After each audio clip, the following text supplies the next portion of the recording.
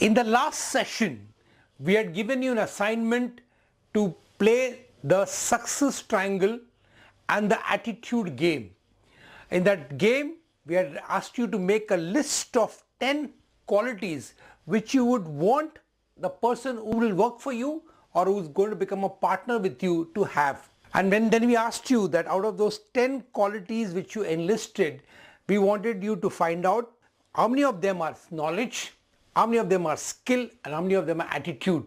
I'm sure, my friends, you all would have been quite surprised to note that the 10 qualities which you enlisted, the desirable qualities in your team member or your partner, you would have observed that 85% of them, 8 to 9 of them are qualifying to be attitudes, and only about 2 or 3 maximum would fall under the category of knowledge or skill. And that's why the most important principle which I want you to take back from this session is this concept. 85% of your success in life depends on the attitude that you develop, harbor, and exhibit. And friends, as we saw in the last session, attitude is defined as the quality and the direction of the thought process with which you approach a situation. And that's why it's said that the altitude of success that you achieve in your life depends upon the attitude.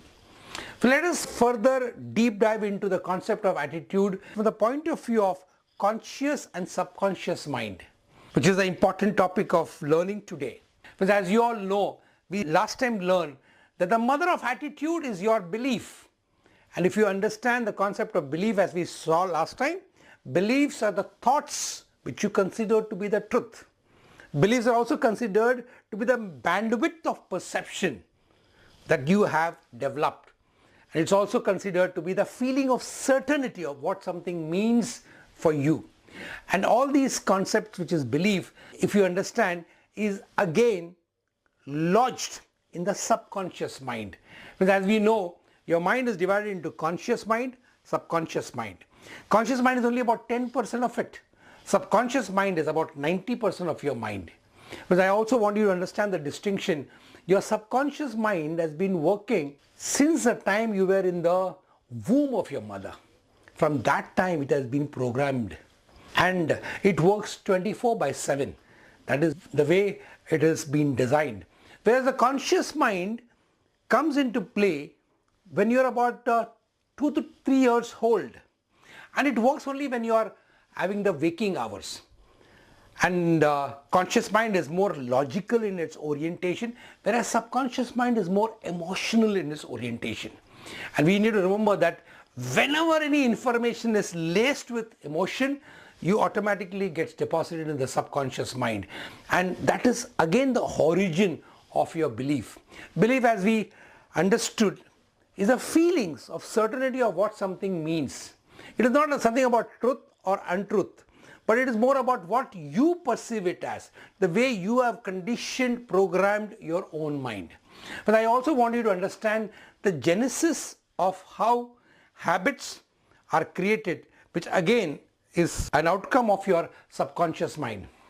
But as you all learned last time, we human beings get about 60 to 70,000 thoughts in a day.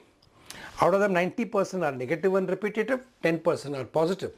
But God has given you the power of choice, which thoughts to focus on. Because you have thoughts, thoughts don't have you according to the human construct.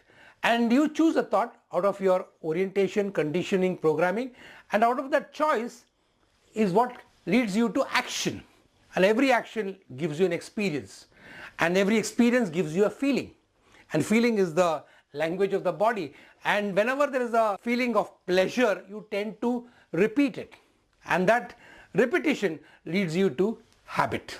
And this is how your personality is formed. Okay? And this habit is ultimately deposited, as we all understand, in the reptilian brain, the oldest brain that human beings have. That's called cerebellum. Both the cerebellum and the limbic brain, they are both emotional in nature, and they constitute the subconscious mind component. Whereas the neocortex, or the human mind, which is the basically oriented through thinking, is the conscious brain. So I want you to get present to it through the 5 sensory organs of your sight, taste, smell, touch. You are getting all the impulses from outside the environment, and out of the environment these senses ultimately transform in form of thoughts, and then the thoughts get chosen and the entire cycle of habit formation happens. So friends, I really wanted to get present to ultimately subconscious mind is a program thing, and why we are learning this concept in depth is, be it business management, be it sales management, ultimately it's all a package of actions which you take, actions and behaviors. So you as an individual, if you are able to manage your actions and behaviors to be in the appropriate fashion, automatically there's going to be a better results. So using the subconscious mind, which is a double-edged sword, you can consciously orient and program your thinking process. That's what is important, because I really wanted to get present to this point. 90% of your thoughts and actions are almost by reflex, because that's how your mind has been programmed. So in this session, we want you to get present to this entire science of subconscious mind and start working on how you can program your subconscious mind, which contains your beliefs and thereby the attitude which you harbor and which is leading to 85% of your success. But here I would like to touch upon one more concept called as how do you program your subconscious mind. The first idea I want to give is, whenever you have any experience, if the experience is positive or something which is forwarding or which is success oriented, think about it, talk about it in minimum 5 sentences. But if you undergo any experience or any situation which has been degrading to you, one which has taken you back, don't give more than 5 words to it. Because remember my friends, subconscious mind gets programmed through repetition and emotion. When information is laced with emotion, it gets deposited in subconscious mind. So if you don't give emotion to and too much emphasis to information which is not been forwarding to you, automatically it will get deleted. Whereas when you give emotion and information something more emphasis, it gets uploaded into the subconscious mind. So constantly keep on focusing on positive memories, happy memories, forwarding memories, and automatically your subconscious mind gets programmed towards optimism, possibility thinking and positivity. This is the first important practice I want each one of you to consciously practice. Whenever you have any event, any situation, any experiences, if it is positive, talk to people, think about it, minimum 5 sentences. But if you have got something which is not positive, something which has been degrading or something which has taken you back, just think about it for less than 5 words and just forget it.